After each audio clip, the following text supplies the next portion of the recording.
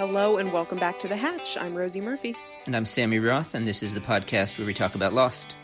We are watching Season 4, and we have reached Episode 6, The Other Woman. This is, of course, a Juliet flashback. We revisit that scene where the plane crashes for the third time, and lots of creepy stuff happens with Ben and Juliet. We've also got the second half of our interview with costume designer Roland Sanchez, who will talk a little bit more about his inspiration for various characters and their look. Let's get into it.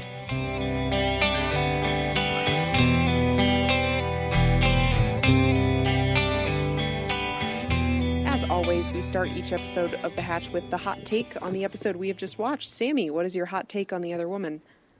So I've got a little bit of a silly one, but I just, the scene where Locke is goading Ben about how is he going to find $3.2 million, and Locke says, "Here, let me help you," and he pulls a dollar bill out of his pocket and gives it to Ben, and I'm just thinking that and thinking, after, 3 months on this island, what on earth is Locke doing with a dollar bill in his pocket? What could he possibly have put money in his pocket for? I mean, we don't really, Locke has also been kind of settled in the barracks here for a little while. And we're reminded in the flashbacks here that the others lived very, a quote-unquote normal life in the barracks. And it seems reasonably possible that he would have, found a pair of pants in the closet and said, my size, and just, put them on. Right, but then, then he left the dollar bill in the pocket. I guess he must have known it was in there. It wasn't like he reached into his pocket during this scene and thought, gee, I have a dollar bill. Let's use this to make fun of Ben. Dollar bill's not, cumbersome. I mean, if I were to find one in my pocket, I'd probably leave it there. It's not like it jingles. Yes. I thought it was weird. Okay. Locke would be walking around with cash on the island. Your explanation maybe makes sense, but I'm skeptical. What's your hot take? Also kind of goofy, but Juliet's house has a washer and dryer. I have never had an in-unit washer dryer, and Juliet just has one on the island. That's because she is Ben's special person. I know, but it just seems like an unbelievable luxury, and also a completely absurd thing to bring in via submarine. I know that the submarine is sort of making trips back and forth to the real world, such as it is, and Goodwin references this wine came off the submarine and things like that. But he stole it from the sub. I'm just imagining them unloading a washer and a dryer on the dock and somehow transporting it back to the barracks, and it just seems absurd. You're not wrong. You're not wrong. Yeah. At some point, okay. I mean, we think about all the shit that's been built on this island. I mean, even just the Dharma stuff. All of the houses and the various stations with all of the, heavy, steel and iron and whatever they needed to build all. There's no way that all came via submarine. At some point, Dharma figured out how to land, a plane or bring a cargo ship in or something, right? Well, I mean, we know that they used to do food drops, right? Which were via plane? Right. So we know that... Or helicopter? Yeah, so we know they had some other means of reaching the island besides just the sub at some point. In going into rewatching this episode, in my mind it was it was sort of the weak point of season 4, one of the few episodes this year that stood out in my retrospect as maybe a little bit of a dud, and I saw the reasons for that while I was watching it. And we can get into some of that, but overall, I thought there was a lot of interesting stuff. I mean, the flashback is very disturbing, but I mean, a compelling storyline. And I mean, the fight scene between Juliet and Charlotte, even though I have some problems with the way it got there, was pretty dramatic. The reveal of Widmore as the big bad, I'd forgotten that was something that really was not at all known until this point, and I'm sure that was pretty stunning the first time around, even though here it was obviously not. There was a lot of good stuff, more than I remembered. Yeah, I really enjoyed this episode. Okay. The Ben-Juliet thing is... I mean, it's definitely unsettling for a lot of reasons. Oh, yeah. It also feels like it comes a little bit out of left field. For me, Sure. Maybe that's not the right phrase, but it feels a tiny bit inconsistent, or it's just it's something new that we're learning about Ben for the first time, right? Like, he has been a fascinating character and certainly a manipulative and cunning and borderline evil one. But I guess we haven't really seen that he has any capacity for, like, romance or human love or desire. But Interesting. That's also not really what's happening here, right? Like, the problem is not that Ben has a crush on Juliet, as Goodwin says. The problem is that Ben sort of wants to possess Juliet as, like, a tool or a something. Well, yes and no. I mean, possess, yes, as a tool. I mean, it does seem to be implied that there's at least, in Ben's, twisted, deranged way, some kind of romantic aspect to what he feels towards her. I mean, there's the line that Harper says, under her breath. So, Juliet, what do you think of Ben? He's great. Very smart and intense, challenging. He's been really good to me. Of course he has. You look just like her. I mean, there's a whole conversation to be had about who is she referring to there. I mean, the theories that I had heard for that in the past are that she must be referring either to Annie, most recently referenced in The Man Behind the Curtain, although we never saw what happened to Annie as an adult, or possibly Ben's mother, who, like Juliet, is a blonde, fair-skinned woman. Lost is doing the thing again where, like, all blonde women look the same. Right, I was definitely reminded this week, I think I even saw this on Lostpedia, of the thing from season 3 that I know we complained about at the time, where Ben says that Juliet bears a striking resemblance to Jack's ex-wife, Sarah. And it's like, no, she doesn't. Like, not even a little. So no, I mean, regardless of who Harper was referring to, which maybe is an interesting question to discuss, like, I think there's a suggestion that there's something deeper happening in Ben here than just Juliet as a tool for him to solve a problem, like has been suggested in the past. I mean, that was the story of One of Us from last season. Yeah, I don't necessarily mean a tool to solve this problem. I mean more of a tool to advance his status or his position or something. That's interesting. I don't really know what I mean by that, but it seems Ben is sort of being set up, and I know we've revealed Widmore as the big bad, but Ben is being set up as kind of a secondary bad in a new way here. Like, he's not just politically manipulative or, like, moving people around for his own purposes in defense of the island or sort of toward greater leadership. He's actually moving people around so that he can get what he wants.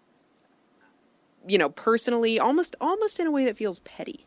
Right? Like, if all he wanted was for Juliet to solve this problem, then who cares if she's having an affair with Goodwin? Like, and we have seen Ben do that in the past where he has been permissive. He seems to not really care what people do in their personal lives as long as they kind of get the work done. And now that I'm saying that out loud, I don't know that we actually have any evidence for that, but that's just kind of the general like the vibe type of I always person, got. Yeah, it seems like who he would be based on what we know of him thus far. Yeah, and here, he's a lot more interested in the kind of machinations of Juliet's personal and private life because he wants to control them, which is not something that we've seen from Ben before, I think. And that feels very sinister and unsettling. Maybe there's something that almost seems like, and maybe this is what you're trying to get at, that there's sort of something mechanical about it, about the way he, this whole, you belong to me, you're mine, the way he tricks her into this date. It almost, perhaps in some way it's less genuine feeling and more some part of Ben that thinks, like my life and my dominion here, are not complete without a partner. And I've glommed onto Juliet for whatever reason and determined that she is, she is the one for me, and therefore she ought to be that. Yeah, exactly. Yeah, and that's kind of what I mean by a tool. It like instrumentalizes Juliet in a way where Ben is saying, like, I ought to have this thing, or I ought to have this sort of role filled, and I would like for you to fill it. Don't really care whether you want to. That's not quite right either, because I think Ben believes that he can make her want to, I think. Like, I think that's part of what's going on with the dinner party thing, and even in the scene that we saw at the beginning of season 3 with the book club, I think that the snippets that we get of Ben's past relationship with Juliet are, he would like for her to sort of, quote unquote, fall in love with him organically. And it's not happening. So he has to force it to happen. Right. Yeah, maybe there was a point where that was true. I feel like by the time he's going and getting Goodwin killed, he probably realizes that the only way to make Juliet be with him is to literally kill off other suitors. Right. You might be right, though. I did think that, your comment that it came a little bit out of left field, like, I sort of agree and sort of don't. Like, definitely we had not gotten explicit hints about this before. But I think in hindsight, looking back at One of Us last year, especially, and you referenced the book club scene, like this whole thing where, I mean, there's always been this tension between Ben and Juliet, and the way that he, manipulatively kept her on the island and refused to let her leave. I think it makes a lot more sense in the context that we know now that it was more than just, I want you to solve this pregnancy problem. Right. There was this personal romantic dimension too. Yeah, this obsession. I mean, what it is, probably more romantic. I mean, I know I used that word earlier, but really, it's an obsession. I mean, it's disturbing. It's creepy. Right, and it is not mutual. No, not even a little. Yeah. I mean, I was just the scene where he tricks her into coming over for a date at his house. I was just cringing that whole time. Like, it was hard to watch. And the whole episode, I was dreading the scene at the end where he makes the "because you're mine" speech, because it's just so skin-crawling. Like, you're asking me why? After everything I did to get you here, after everything I've done to keep you here, how can you possibly not understand that you're mine?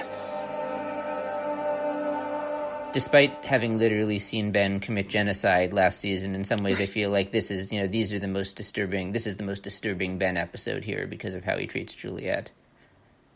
Yeah, and I think it comes back to this point of, he's not just trying to build this society, he's not just trying to protect the island or whatever, he's trying to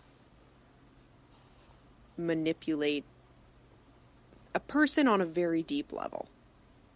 And if she doesn't sort of submit to that manipulation, he will force it. And that's deeply upsetting. It is. And the stuff that he's willing to do to make that happen. I mean, you say he's not just trying to lead this society of people and protect the island. Like, in his, quest to have this conquest of Juliet, he actually does things that cut directly against that. I mean, Goodwin is the guy who seems to be, most responsible for, or at least partially responsible for, the station with the power to unleash the poison gas and kill everyone on the island. And Ben cavalierly, throws that person into a situation intentionally where he's trying to get him killed, which seems very dangerous for the island and everyone on it. Yeah. Ben is on the present, in the present timeline. He is, of course, his normal manipulative self, like very, very easily manipulating Locke.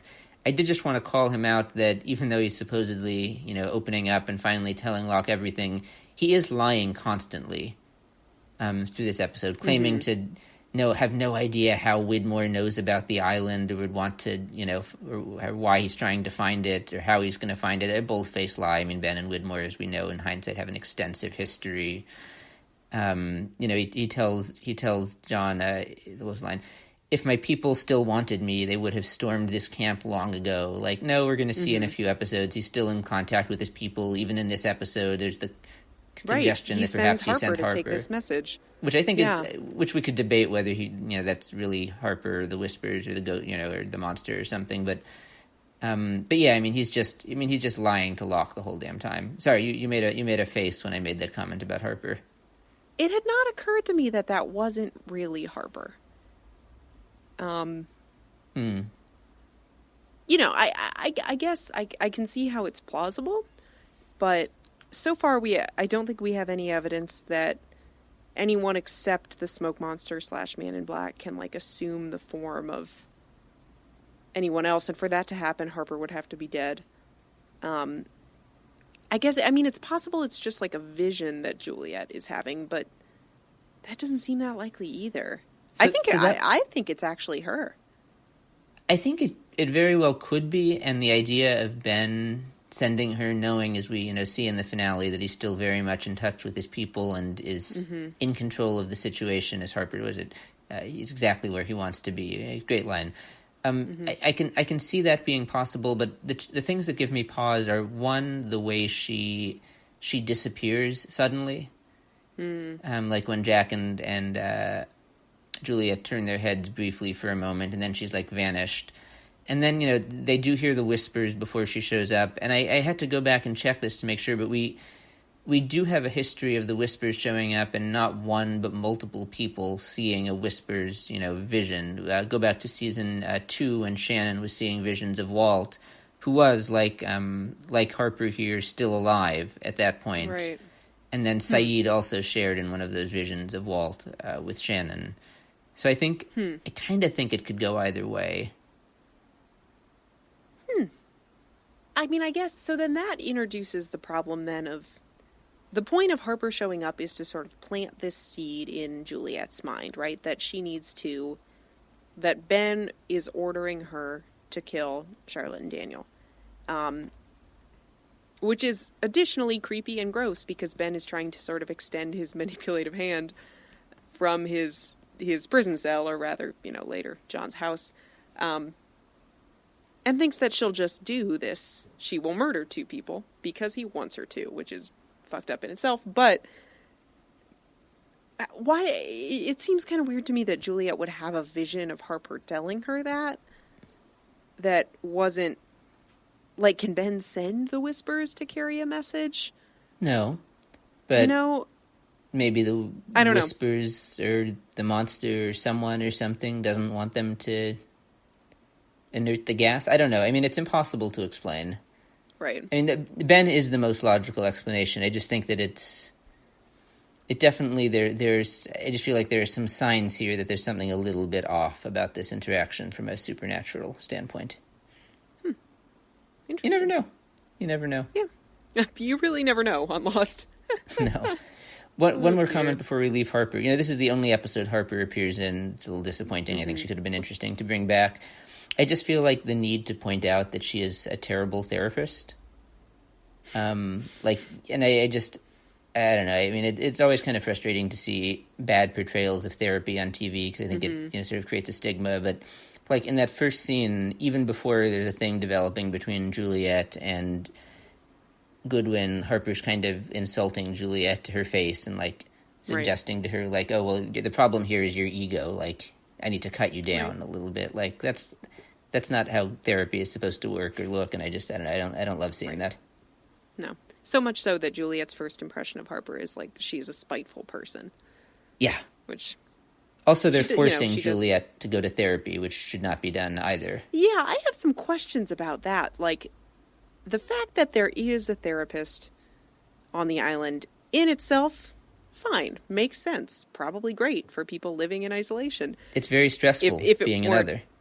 Right. If the circumstances, weren't what they are.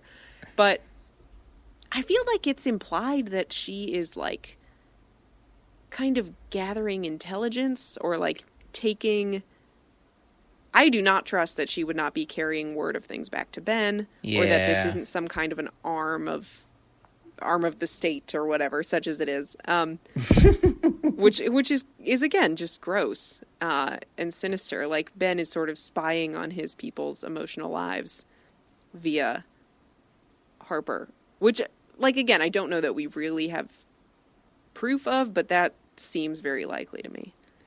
I hadn't thought of that, but now that you say it, I think you're totally right. That's maybe even the only explanation that makes sense for why people would be forced to go to therapy. Yeah. Yeah. Yuck. There's a lot of yuck going on here. Yeah.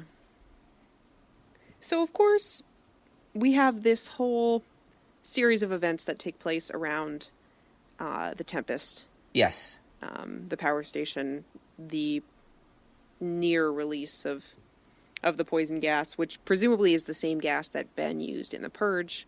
Oh yeah, that's referenced it is explicitly. So we learn a lot about this here. It's being stored on the island, presumably for potential future use. One thing in that line actually from Charlotte, where she says, look me in the eye and tell me you don't think Benjamin Linus would use this again. Clearly they know about the Purge, which I think just speaks again to like the lie that Ben tells that he claims to not really know anything about Widmore's past or his history with the island. Like, right. The reason they know about the Purge is because Widmore was there, and Widmore was presumably in charge of the others and ordered the Purge. Right, right. So actually, and when you think about it that way, it's kind of, it's this manipulative thing. Oh, you don't think Ben would use this again? It's like, no, Widmore was also involved in using it the first time. Right, and that's kind of what I'm confused about. Is Ben was a kid. He didn't just decide to purge his people. I mean, he was. True.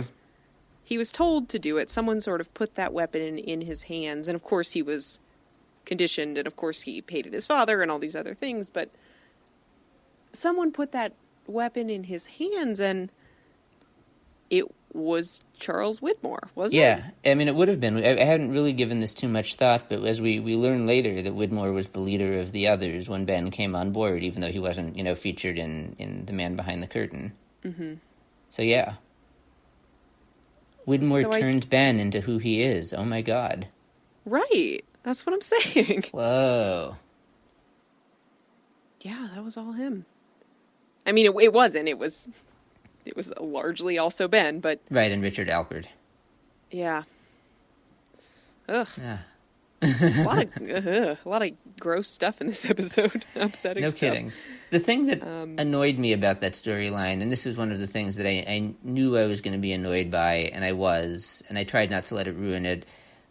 Why Daniel and Charlotte can't just tell Jack or Juliet or anybody that they want to go make this gas inert? Why they have to knock out Kate and get into a fight and do it in the dead of night? And I mean, I don't know. It seems to me like a bit of a contrivance to make this, to make this dramatic episode. Like, I don't think there's any reason they couldn't have explained themselves here, at least when the tension built up. And secondarily, like, I don't understand why Juliet also couldn't just tell Jack what's up, why she had to pretend that it was a power station, why she had to ditch them and go do this fight on her own. Like, if everyone's about to die, don't you want, Jack's full help and knowledge here of what's going on? Like, I don't know, I think this episode hinged in a lot of ways on people not telling each other things that they could have just told each other.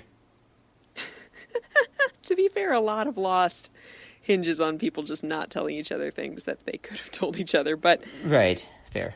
I don't know that I agree. I mean, so again, Daniel and Charlotte work for Widmore, and they have been told that Ben Linus is, evil incarnate, and this is like a chemical weapon that he has used and plans to use again. And they don't super know, I think, what Ben's relationship is to Jack and company. Or they may not believe it, and I think it would be okay for them to not believe it. Like, still only known these people for a few days. They don't exactly have a friendly relationship with Jack. I think there's a reasonable way of thinking there is, we need to sneak away and do this because if we tell anyone, or they might think Ben might have spies. And if we tell anyone what we're doing, it'll get back to Ben and he will stop it and potentially kill everyone here. Damn, and I don't think that's ridiculous. That's a pretty good explanation. Anytime. Ooh, I might have to take that one back. I'm pro Frater team, generally speaking. I'm not pro Martin Keamy. You're pro the science team. But yes. This episode had a bunch of good laugh lines. I already referenced it's very stressful being another. I enjoyed Ben's I taped over the game, referring back to the Red Sox clip. But the one that weirdly made me laugh out loud the hardest was after Charlotte knocks out Kate, and she just looks at Daniel and gives him this, like, amazing face and just says, "What?" where he's, I don't know, I started laughing so hard at that. So yeah, I'm pro Freighter Team too. I bet you can't explain why it is that Juliet doesn't own up to Jack about what's really going on and where they're going here. I mean, even that, I think Juliet's relationship to Jack is sort of, you know, and there's the romantic plotline there too, which I think is a little bit contrived, but it's fine. Come on, she looks exactly like his ex-wife. They bear a striking resemblance. Sorry, no, go on. I want to hear your explanation here. You think It's fine. You think because their relationship is strained, she can't tell him that they're all in danger of dying? No, because I think there is a lot of stuff that she has not told him that she knows about. And she also had this conversation with Harper where Harper gave her this weird secret mission from Ben, and I don't think Juliet was ever going to carry it out, but it was, she also doesn't tell Jack about it until the very end. That's true. I don't think she knows whether she's going to carry it out. It seems like she's still deciding that when she gets there. Yeah.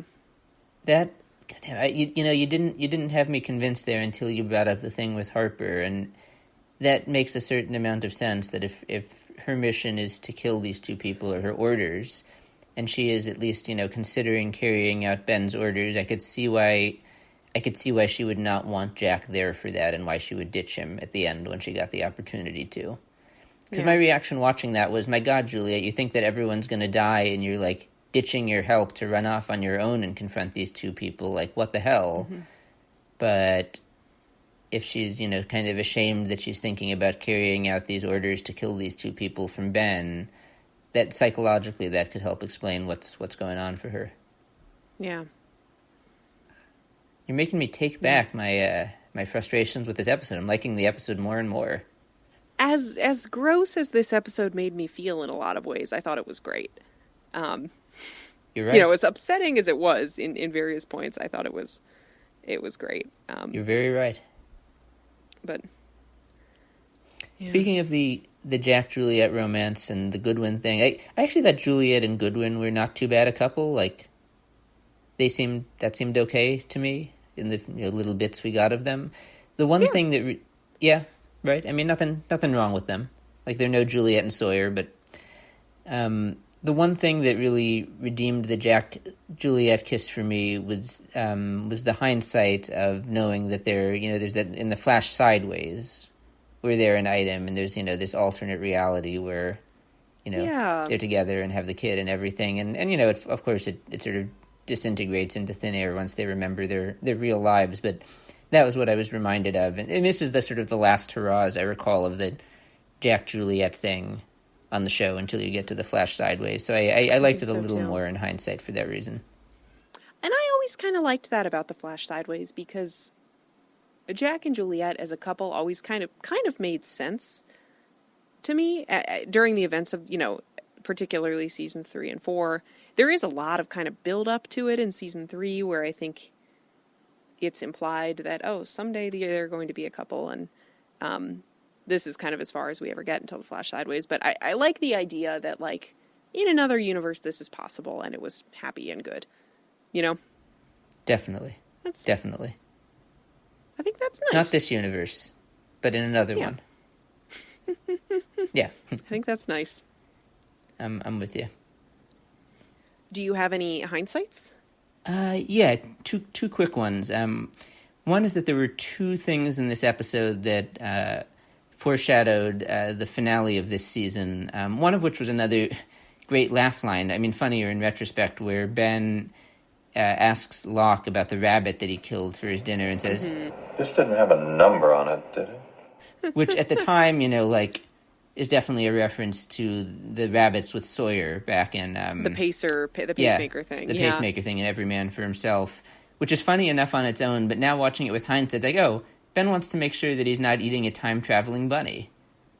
And then the other line was Ben, when Locke is kind of, when Ben's trying to manipulate Locke down in the prison cell, Ben says this almost throwaway line. He says it under his breath and really quietly. He says, "I always have a plan," which then foreshadows his... I'd forgotten that this was where he says it the first time, the classic line in the finale, "How many times do I have to tell you, John? I always have a plan," before he turns himself over to Kimi.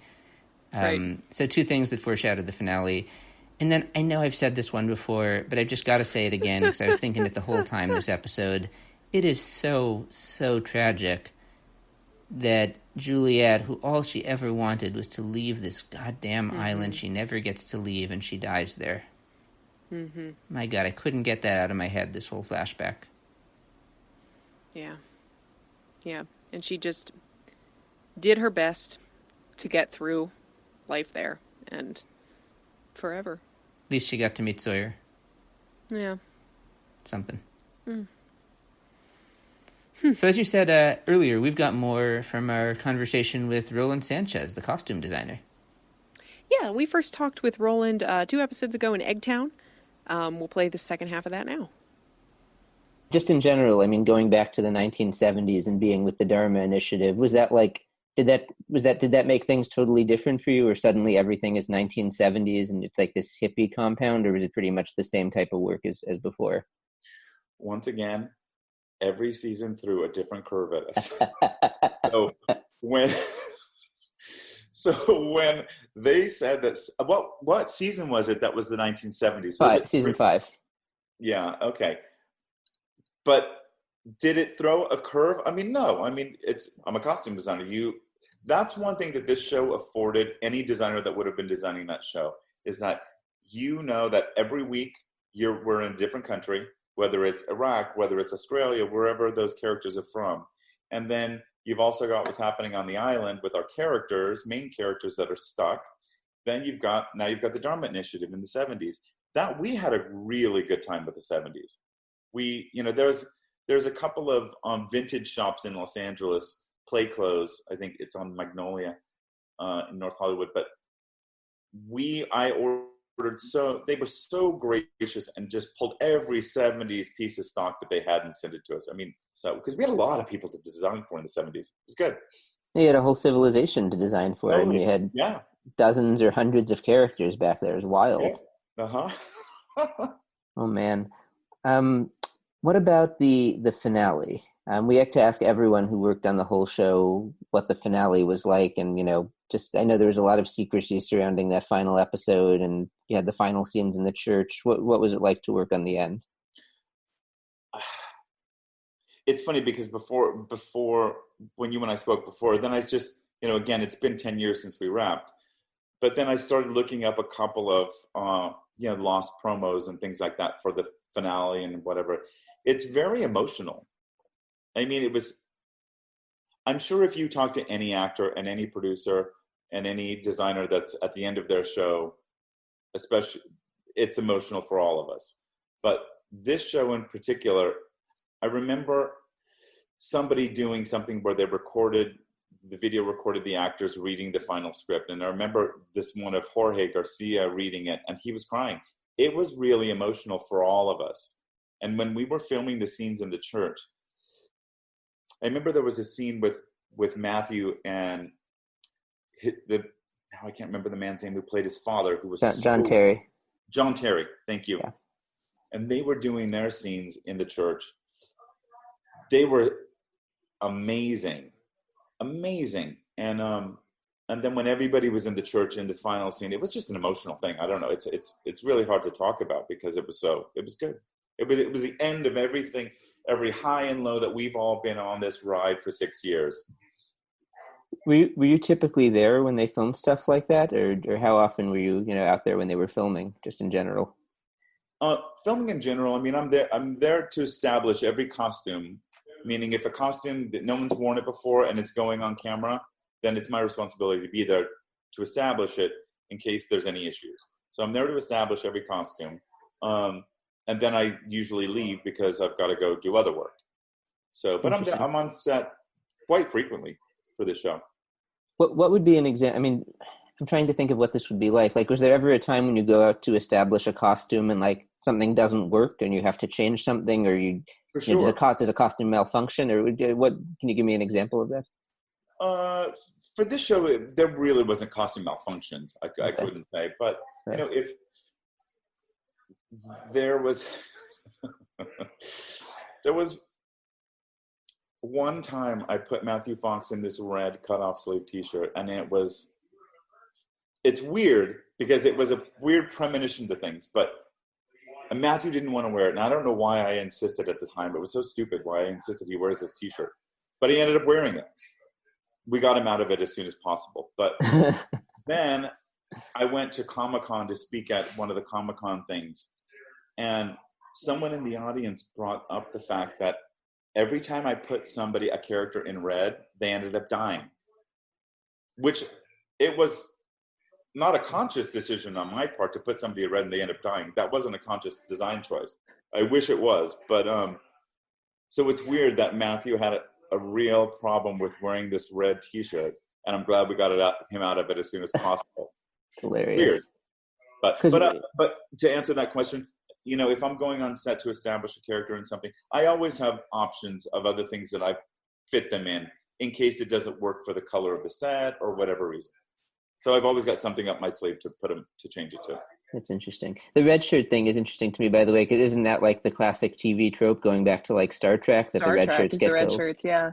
I suppose so. That's but when you're there in Hawaii, on the beach or wherever the hell you're at, I didn't really think about that, but it just naturally ended up happening. Also, how could you have known? Right. But you can't know that in this show. That's wild. You couldn't have known that in this show. Since you bring up Matthew Falk, what was, he was the star of the show. What was he like to work with? What were the types of challenges that you faced in presenting his character? Really curious about him. I love Matthew Fox. I think it was season 3 that you probably can tell me this more so than that I ended up putting him in these. It was a flash forward. We must have flashed forward, and he was in a doctor's office. But then I ended up putting him in these beautiful Hugo Boss slimline suits that they had just come out with. So he'd come to my fitting room, and he's like, Matt, and he'd never come for fitting. So he comes in and he's like, is this a new place? When did you guys get here? I'm like, Matthew, I've had this office for 3 years. You've just never been here. So how did you costume him if he never went to your office? I think I would just probably go and fit him in his trailer or something like that. Okay, got it. Yeah. So he shows up and you've got the fancy Hugo Boss suits. Of course, which you love because they look fantastic on him. But I just thought it was really funny that he's like, is this a new place? I'm like, no, Matthew, we've been here for 3 years. You've just never been here.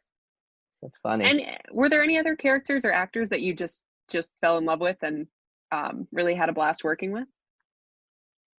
I mean, I love working with Yoonjin Kim. Yoonjin Kim was so much fun. We had the best time. Yeah.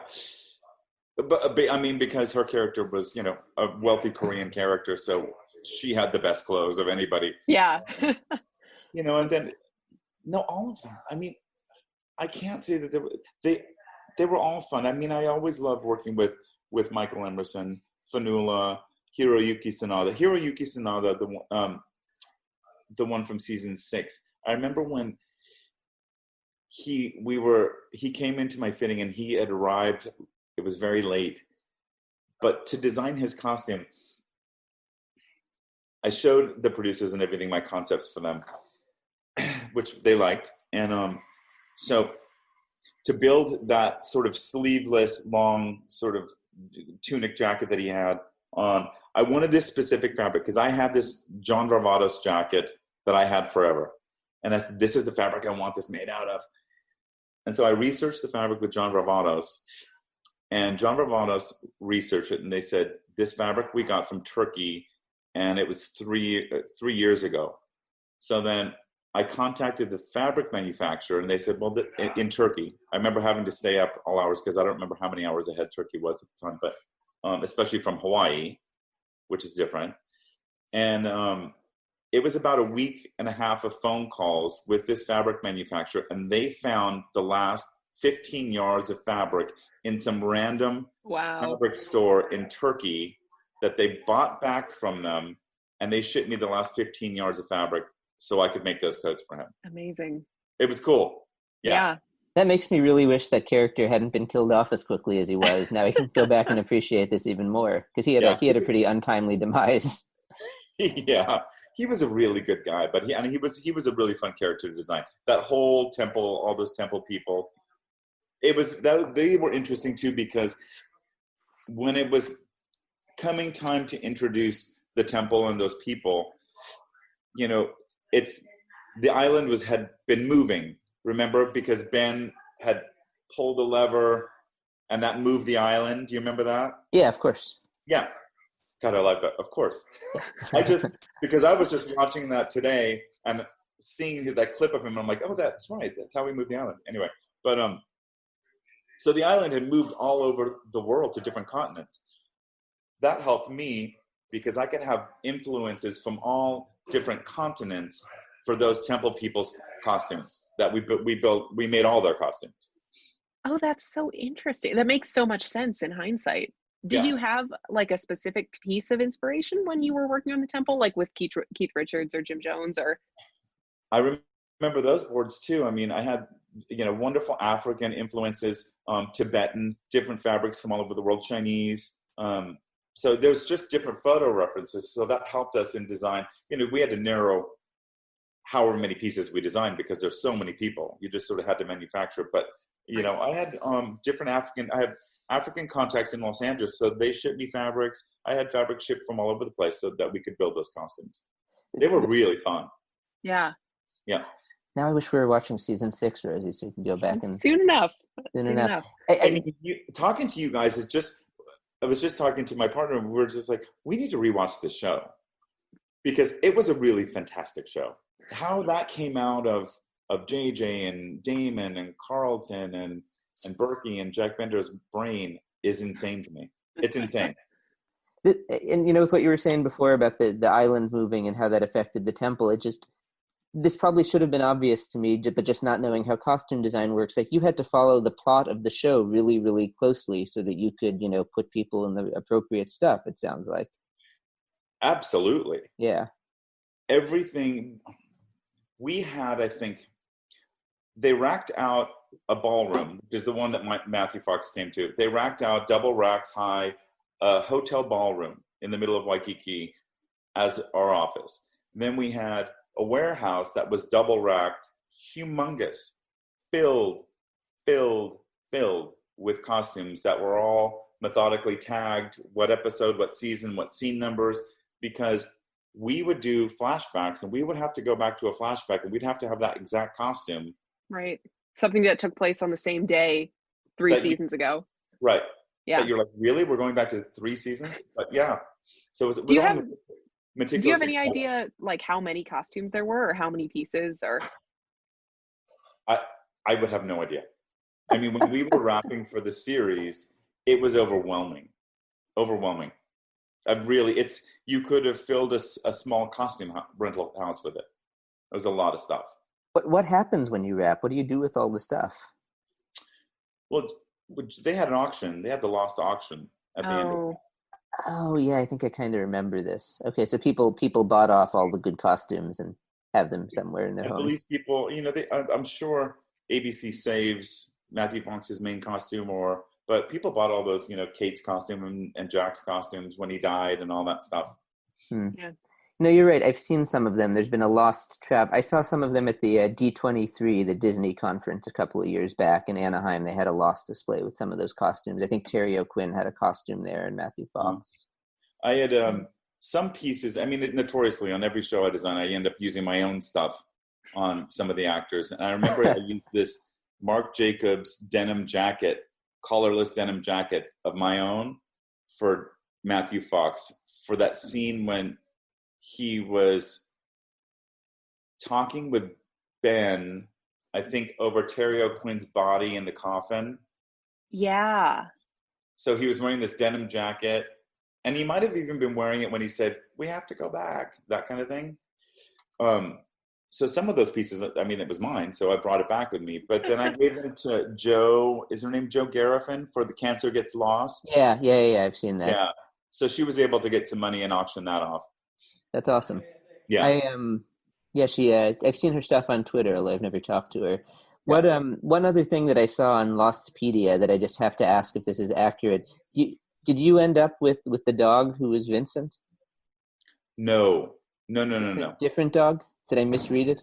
It's a different dog. Okay. That was Lulu, and she passed away 2 years ago, but she was the best dog.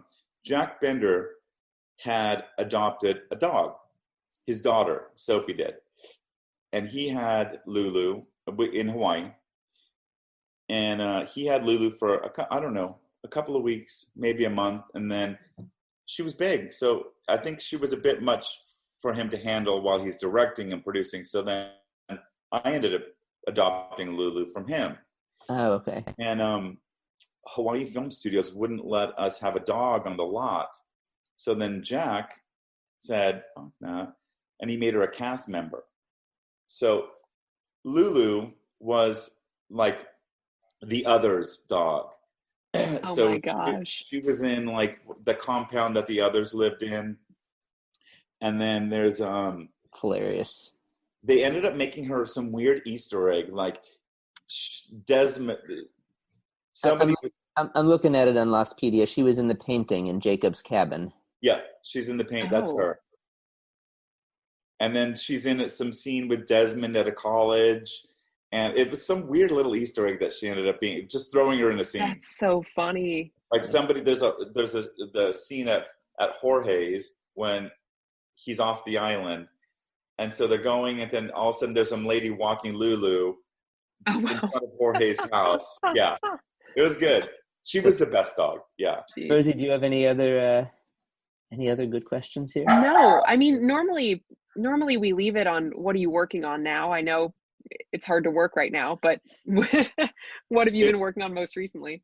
Well, I was prepping season 3 of the Mayans MC. It's a spinoff to Sons of Anarchy.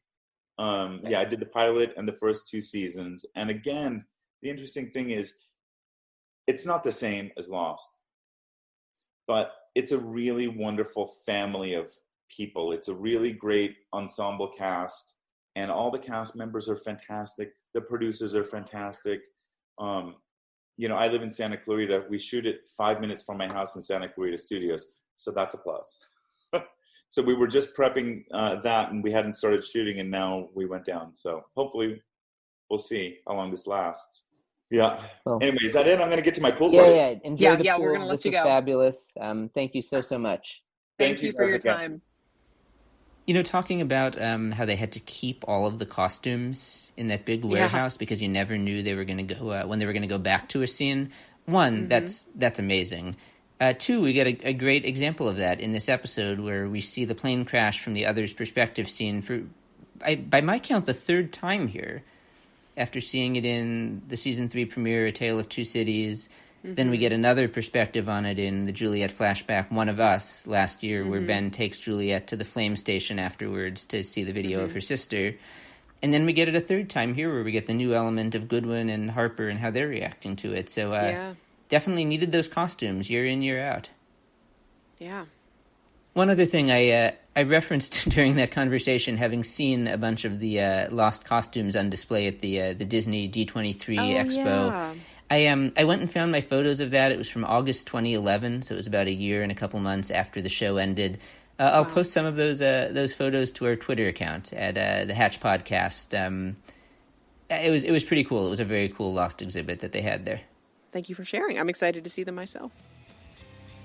We will be back next week. We will be watching Ji Yeon. It's a Sun and Jin episode. We will also have the first part of a conversation with Kevin Durand, who played Martin Keamy. And we can just tell you now, he's very nice in real life. He's not a psychopath at all. Nice guy.